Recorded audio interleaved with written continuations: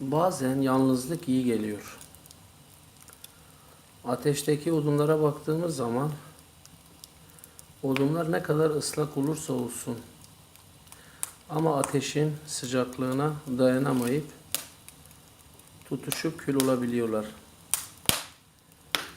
İnsanlar da böyledir.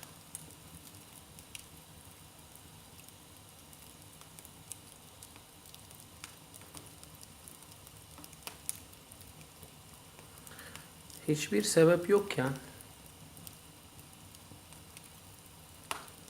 o kadar insanların dertleri, sıkıntıları var ki aslında insanları ateşe atmaya gerek yok.